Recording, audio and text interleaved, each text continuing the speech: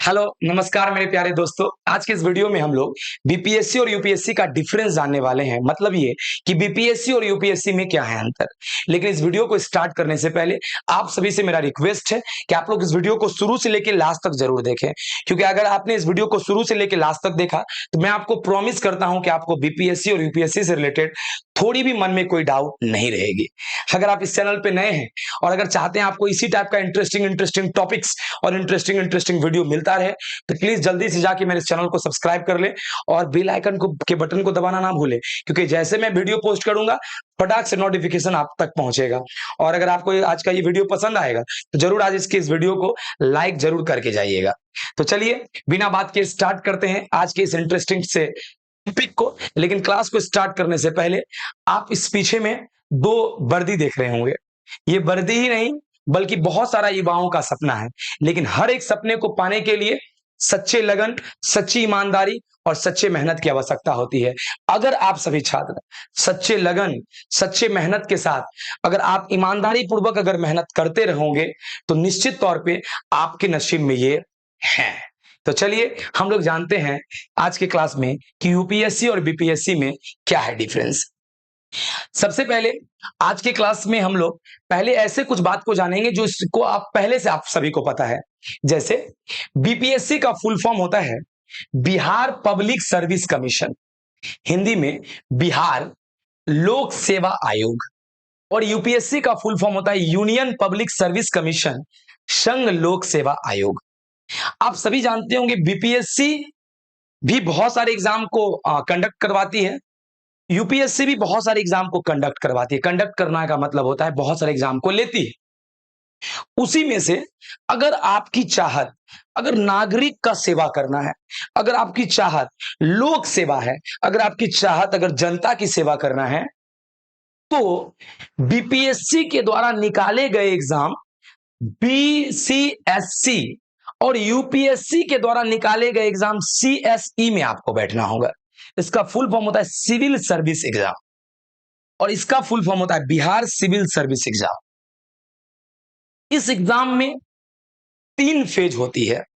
सबसे पहले आपको प्रीलिम्स देना होगा, फिर उसके बाद आपको मेंस देना होगा, फिर आपको इंटरव्यू देने होंगे। यही सेम सीएसई में भी होता है, यानी सिविल सर्विस एग्जाम में भी होता है। उसमें भी आपको पहले प्रीलिम्स निकालना होगा, फिर आप मेंस में बैठेंगे, फिर आपको इंटरव्यू क्रैक करना होगा। हिंदी में प्रारंभिक, मुख्य और साक्षात्कार। अच्छा मैं आपको एक बात और बता दूं, ये जो सीएसई का जो एग्जाम है सिविल सर्विस एग्जाम, इसकी वैकेंसी हर साल निकलती है। और ये जो बीपीएससी भी जो है ना, ये जो निकालता है इसकी भी एग्जाम हर साल इसकी भी वैकेंसी हर साल निकलती है। आप ध्यान से सुनते रहिए। देखिए बीपीएससी जो होता है ना, बीपीएससी को स्टेट पीसीएस के भी नाम से जाना जाता है, यानी प्रोविंशियल सिविल सर्विस, प्रांतीय लोक सेवा। ध्यान दीजिएगा, ठीक है, इसको मतलब इस नाम से भी जाना जाता है। अच्छा मैं आपको एक बात बता दूं, यूपीएससी का एग्जाम, यूपीएससी का नाम फिक्स्ड है, लेकिन याद रखिएगा स्टेट बदलने से ये बीपीएससी का नाम बदल जाता है। जैसे बिहार है तो बीपीएससी, अगर आप वेस्ट बंगाल के रहने वाले हैं तो उसका नाम हो जाएगा WBPSC, West Bengal Public Service Commission. अगर आप मध्य प्रदेश के हैं तो उसका नाम हो जाएगा MPPSC, Madhya Pradesh public Service commission.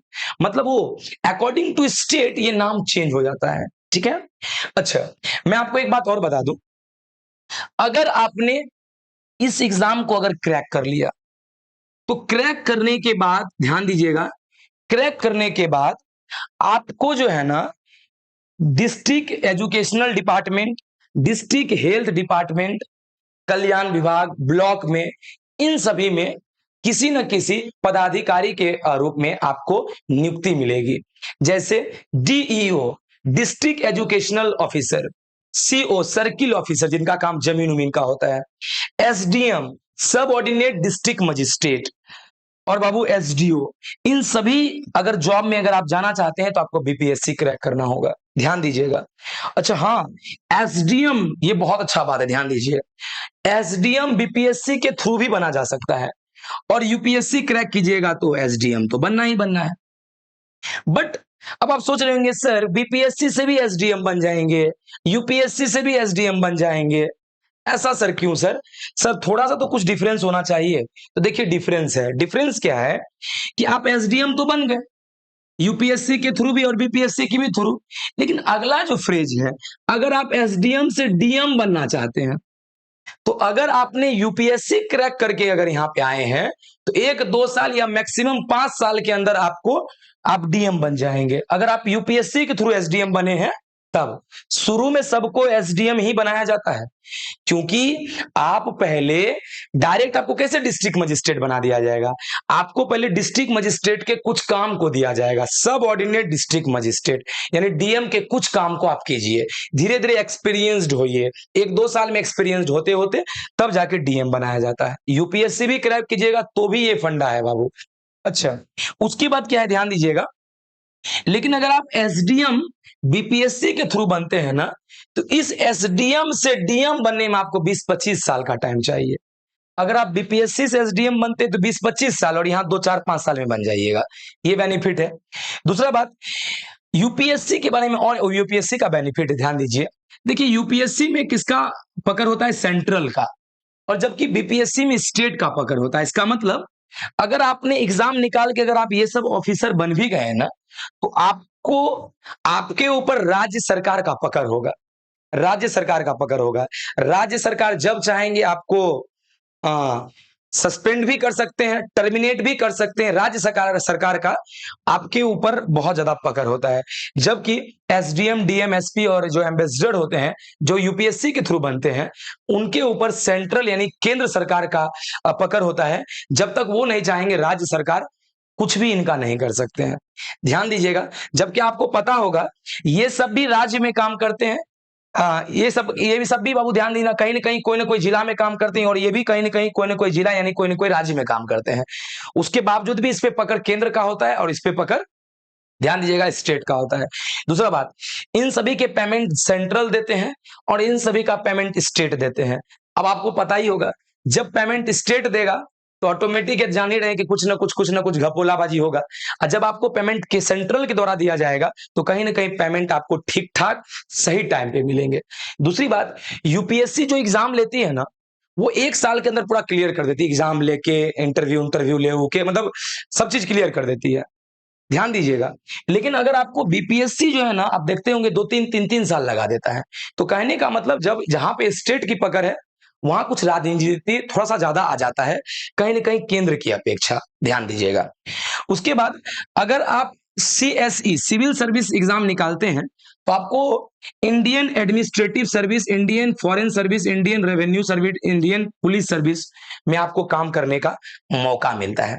दूसरी बात, एक बात जान लीजिएगा, जब आप प्रीलिम्स, मेंस और इंटरव्यू निकाल लीजिएगा ना, तो उसके बाद आपको ट्रेनिंग के लिए लवासना भेजा जाएगा। लवासना, जो कि हर आदमियों का सपना होता है, लवासना। उसमें आपको वहां पे आपको भेजा जाएगा, जिसमें कि आप वहां पे बहुत सारे टाइप के आपको एक्सपीरियंस आप सीखेंगे, जिसके बल पे आप किसी भी डिस्ट्रिक्ट या किसी भी स्टेट में कोई अच्छे पद पर अच्छे से कार्य कर सकते हैं। जबकि अगर आप बीपीएससी में अगर बीसीएसई यानी बिहार सब सिविल सर्विस एग्जाम निकालेंगे, तो आपको ट्रेनिंग के लिए लवासना नहीं, बल्कि हर स्टेट की अपनी एक ट्रेनिंग सेंटर होता है, उसमें आपको भेजा जाएगा और वहां से आप ट्रेंड होके आएंगे। ध्यान दीजिएगा। चलिए, उसके बाद ध्यान दीजिएगा और भी कुछ बातें। बहुत सारे बच्चों का ये भी था कहना कि सर क्या कोई बच्चे बीपीएससी और यूपीएससी का दोनों फॉर्म भर सकता है? जरूर, 100% भर सकते हैं। आप बीपीएससी यानी स्टेट पीसीएस का भी फॉर्म भर सकते हैं, और उसी साल आप यूपीएससी का भी फॉर्म भर सकते हैं, जरूर। लेकिन एक बात जानिए, इस दोनों में मेजर बहुत बड़ा एक डिफरेंस है। वो क्या डिफरेंस है मैं आगे बताने वाला हूं। उससे पहले एक बात और जान लीजिए, दोनों का जो एग्जाम का पैटर्न है वो भी देख लिए, कहीं ना कहीं सेम है। ध्यान दीजिएगा। अच्छा, दोनों की जो सिलेबस है, डिफरेंस तो है, लेकिन सबसे बड़ा सिलेबस कहीं ना कहीं सेम है, लेकिन क्वेश्चन पूछने का वे अलग है। उसका थोड़ा सा क्वेश्चन पूछने का वे अलग है, और इसका क्वेश्चन पूछने का वे अलग है। ध्यान दीजिएगा। उसके बाद आप लोग देख ही लिए। अच्छा, एक बात और भी जान लीजिए, ये जो एसडीएम, डीएम, एसपी और एम्बेसडर जो बनाया गया, जो कि यूपीएससी के थ्रू, तो आपको नियुक्ति यानी ज्वाइनिंग आपको कौन देगा पता है? आपको ज्वाइनिंग देगा राष्ट्रपति। राष्ट्रपति, ध्यान दीजिएगा, और आपको हटा भी सकेगा राष्ट्रपति ही। जबकि आप डीईओ, सीओ, एसडीएम और एसडीओ जो है ना, आपको नियुक्ति यानी ज्वाइनिंग देगा राज्यपाल। राज्यपाल याद रखना, राज्यपाल देगा, और आपको हटाने की भी उन्हीं को परमिशन है, राज्यपाल जी। ठीक है, चलिएगा एक बात। अच्छा, उसके बाद एक बात ध्यान दीजिएगा, और भी अगर इसके अंदर कुछ अगर आपको कुछ भी और भी अगर कुछ पूछना होगा तो आप प्लीज कमेंट में जाइएगा और आप कमेंट कर दीजिएगा, मैं जरूर उसे भी कमेंट बॉक्स में जाके रिप्लाई कर दूंगा। चलिए, अब मैं सबसे पहले बताता हूं कि आखिर यूपीएससी और बीपीएससी में एग्जाम में क्या डिफरेंस है। देखिए, एग्जाम में बहुत तगड़ा डिफरेंस है, ध्यान दीजिए क्यों, क्या डिफरेंस है। ये जो बीपीएससी होते हैं ना, बीपीएससी में अक्सर क्वेश्चन याद रखने वाला पूछा जाता है, जैसे कब, कौन, कहां, इस टाइप का क्वेश्चन। और यहां जो यूपीएससी में है ना, यूपीएससी में कहीं ना कहीं क्यों पूछा जाता है, ध्यान दीजिएगा। मतलब वो देखने क्वेश्चन पूछने का वे अलग है।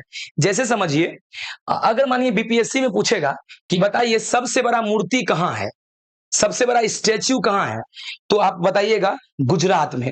कौन सा, तो पूछेगा, फिर पूछेगा कौन सा है, तो आप कहिएगा वो स्टैच्यू ऑफ यूनिटी, एकता की मूर्ति। अच्छा, फिर पूछेगा वो मूर्ति किनका है, तो आपको बोलना होगा सरदार वल्लभ भाई पटेल का। फिर बोलेगा बताइए गुजरात में कहां है, तो आपको बोलना पड़ेगा सरदार डैम में, सरदार डैम में। आपको देख रहे हैं ये कौन, कहां, कब ऐसे पूछता है। लेकिन ये क्या पूछेंगे पता है, यूपीएससी उसी क्वेश्चन को कैसे पूछेगा, यूपीएससी उसी सेम क्वेश्चन को पूछेगा कि बताइए सरदार वल्लभ भाई पटेल का ही सबसे ऊंची मूर्ति क्यों बनाई गई। ध्यान दीजिएगा। अब देखिए, ये बीपीएससी कहेगा, ध्यान दीजिएगा, कि सरदार वल्लभ भाई पटेल का दूसरा नाम क्या है, तो आप कहिएगा लौह पुरुष। सरदार वल्लभ भाई पटेल को बिस्मार्क ऑफ इंडिया भी कहा जाता है। ये पूछेंगे बताइए सरदार वल्लभ भाई पटेल को बिस्मार्क ऑफ इंडिया क्यों कहते हैं, तो आपको पता ही होगा बिस्मार्क का क्या काम था। बिस्मार्क का काम था छोटे छोटे स्टेट को वो जोड़े थे, और उसी तरह से सरदार वल्लभ भाई पटेल भी हमारे इंडिया में जो छोटे छोटे छोटे छोटे पार्ट बटे हुए थे उनको जोड़ने का काम किया था। तो चूंकि इनका नेचर कहीं ना कहीं बिस्मार्क से मिल रहा था, इसलिए कह दिया इनको बिस्मार्क ऑफ इंडिया। अच्छा, कोई पूछते हैं कि बताइए सबसे बड़ी मूर्ति सरदार वल्लभ भाई पटेल का ही क्यों बना। देखिए, इसके बारे में 100% एग्जैक्ट जानकारी मुझे भी तो नहीं है, उसके लिए आप मुझे क्षमा कीजिएगा, बट मुझे जो जानकारी मैं उतना बता देता हूं मेरे अकॉर्डिंग। देखिए, सरदार वल्लभ भाई पटेल की मूर्ति को इसलिए बनाया गया ना, देखिए इसके बहुत सारे वजह हो सकते हैं। पहला तो राजनीति भी कुछ वजह है, और राजनीति से अगर मैं हटकर बात करूं तो सरदार वल्लभ भाई पटेल लौह पुरुष था। याद रखिएगा, स्वतंत्रता जो हमारी जो स्वतंत्रता के बहुत बड़े वो एक सेना भी थे, मतलब कहीं ना कहीं देश के लिए भी लड़े। दूसरा बाबू ध्यान दीजिएगा, वो कहीं ना कहीं हमारे अखंडताओं को बचाने का प्रयास किया। जो हमारे देश जो छोटे छोटे पार्ट में जो टूट रहे थे, ये जो टूटे हुए थे, उनको जोड़ने का ये काम किया। इसी चीज को सम्मान रख करके उन्हें उन्हीं का स्टेच्यू को हमारे इंडिया में सबसे बड़ा बनाया गया। ये था डिफरेंस। तो आप समझ चुके होंगे आज के इस छोटे से वीडियोस में कि what is the difference between UPSC and BPSC. मतलब सबसे बड़ा बस डिफरेंस है माइंडसेट का, माइंडसेट का। अच्छा, मैं एक बात और भी बता दूं, आजकल का जो अब जो बीपीएससी यानी स्टेट पीसीएस है ना, वो भी कहीं ना कहीं यूपीएससी लेवल का क्वेश्चन पूछने लगा है। मतलब कौन, कब, कहां से, अब ये भी कहीं ना कहीं क्यों पे जाने लगा है। ऐसा क्यों, क्योंकि आप भी जान रहे हैं कौन, कब, कहां से कोई लेना देना नहीं है एक अच्छे ऑफिसर को। अब बताइए, अगर आप जानते ही हैं कि 1914 में प्रथम विश्व युद्ध हुआ था, तो क्या फायदा है, ये जान के क्या फायदा है। अगर आपके पास क्यों का जवाब है, यानी क्यों का मतलब अगर आपके पास तर्क वितर्क करने की अगर आपके पास क्षमता है, तो इसका मतलब आपके पास सोचने की क्षमता है। अगर आपके पास सोचने की क्षमता है तो निश्चित रूप से आप किसी राज्य या किसी जिले में अगर आप अधिकारी बनते हैं, तो उस जिले और राज्य के किसी भी विपरीत से विपरीत परिस्थिति में भी आप अच्छे से कार्य करके उस राज्य और जिला में हमेशा कहीं ना कहीं विकास के रास्ताओं को लेके आगे चल सकते हैं। इसीलिए अधिकारी को कहीं ना कहीं तर्क वितर्क की क्षमता होनी चाहिए। ये रटने वाली बातों का जानकारी क्लास 12 के बच्चों तक में शोभा देता है। हाँ, थोड़ी बहुत याददाश्त भी जरूरी है, बहुत ऐसी जरूरी है, ध्यान दीजिएगा, लेकिन कहीं ना कहीं तर्क वितर्क की का नॉलेज होना बहुत अत्यंत आवश्यक है। तो शायद आज का ये वीडियो आपको बहुत ही पसंद आया होगा और ए टू जेड क्लियर जरूर हो गए होंगे। अगर आपको आज का ये वीडियो पसंद आया तो जरूर आप लोग लाइक करके ही जाइएगा। मिलते हैं हम लोग अगले वीडियो में और भी इंटरेस्टिंग टॉपिक्स के साथ। आप अब अगला वीडियो किसके ऊपर चाहते हैं, जल्दी से कमेंट बॉक्स में जाके कमेंट कर दे।